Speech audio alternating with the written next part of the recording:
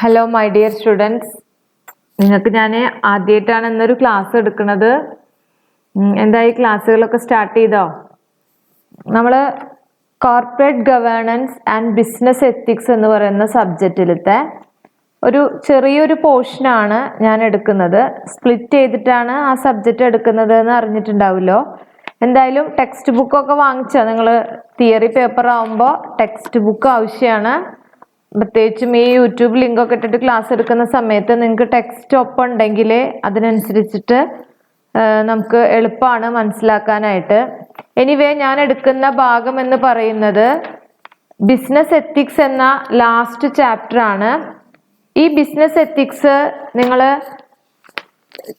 Degree first ഇയറിന് business management എന്ന് പറയുന്ന ഒരു ബുക്ക് പഠിച്ചിട്ടുണ്ട് അല്ലേ? അതിൽ മാനേജ്മെന്റ് കോൺസെപ്റ്റ്സ് ആൻഡ് എത്തിക്സ് എന്ന് പറഞ്ഞിട്ടുള്ള ഒരു ഭാഗമുണ്ട്. അപ്പോൾ അതിൽ എത്തിക്സ് ആണ് നമുക്ക് ഈ ചാപ്റ്ററിൽ പഠിക്കാനുള്ളത്.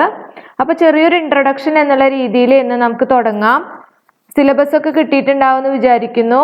ടെക്സ്റ്റ് ബുക്ക് ടീച്ചർ കഴിഞ്ഞ ദിവസം ഇട്ടിട്ടുണ്ട് തോന്നുന്നു അല്ലേ? അപ്പോൾ നമുക്ക് ടോപ്പിക്കിലേക്ക് കിടക്കാം. എന്താണ് എത്തിക്സ് എന്ന് പറഞ്ഞാലേ, ഒരു ബിസിനസിന്റെ ക്യാരക്ടർ അല്ലെങ്കിൽ ബിഹേവിയർ, മാനേഴ്സ്, ഇതിനൊക്കെയാണ് നമ്മൾ എത്തിക്സ് എന്ന് പറയുന്നത്. നമുക്ക് ജസ്റ്റ് അതിന്റെ മീനിങ്ങും ഡെഫിനേഷനും മാത്രം എന്ന് പഠിക്കാം.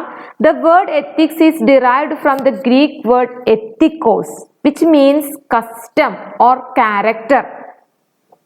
ഒരു ബിസിനസ് ഫോളോ ചെയ്യേണ്ടതായിട്ടുള്ള ഒരു ക്യാരക്ടറിനെയാണ്. നമുക്കറിയാം നമ്മൾ ഇന്ന് എത്രമാത്രം പ്രൊഡക്റ്റുകൾ വാങ്ങിക്കുന്നുണ്ട്, ഉപയോഗിക്കുന്നുണ്ട് എന്ന്.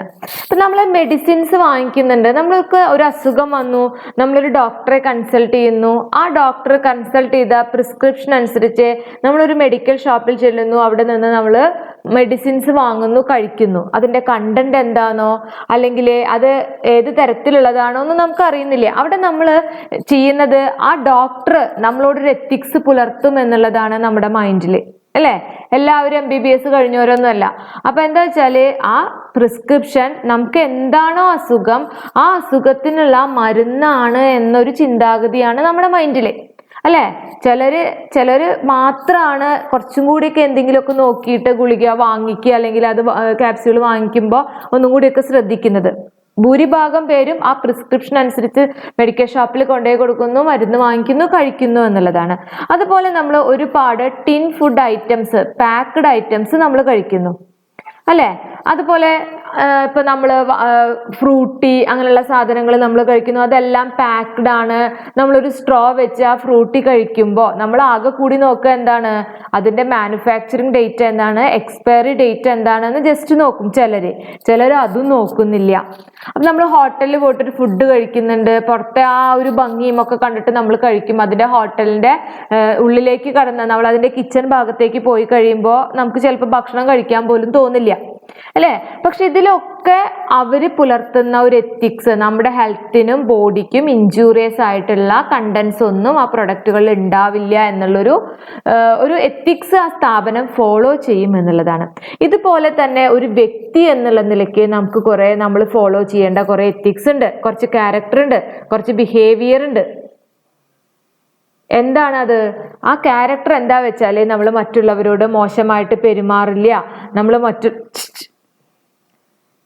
മറ്റുള്ളവരോട് മോശമായിട്ട് പെരുമാറില്ല, നമ്മൾ മറ്റുള്ളവരോട് നല്ല രീതിയിലാണ് പ്രവർത്തിക്കുള്ളൂ എന്നൊക്കെയുള്ള കുറെ എത്തിക്സ്. അതുപോലെ ഒരു ബിസിനസ് പുലർത്തേണ്ട ഒരു ക്യാരക്ടർ, ഒരു മാനർ, ഒരു കസ്റ്റം, അതിനെയാണ് നമ്മൾ എത്തിക്സ് എന്ന് പറയുന്നത്.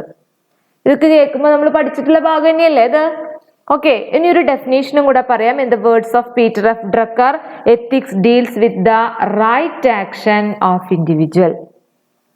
ഈ ഒരു ഡെഫിനേഷൻ അതിന് പഠിച്ചാൽ മതി. ഓക്കെ, ഇനി നമുക്ക് എത്തിക്സിന്റെ കൂടുതൽ ക്ലാസ്സുകളിലേക്ക് അടുത്ത ദിവസം പോവാം. ജസ്റ്റ് ഒരു ഇൻട്രൊഡക്ഷൻ എന്നുള്ള രീതിയിൽ തുടങ്ങിയതാണ്, പഠിച്ചിട്ടുള്ള ഭാഗമാണ്. അപ്പോൾ okay, C you next class.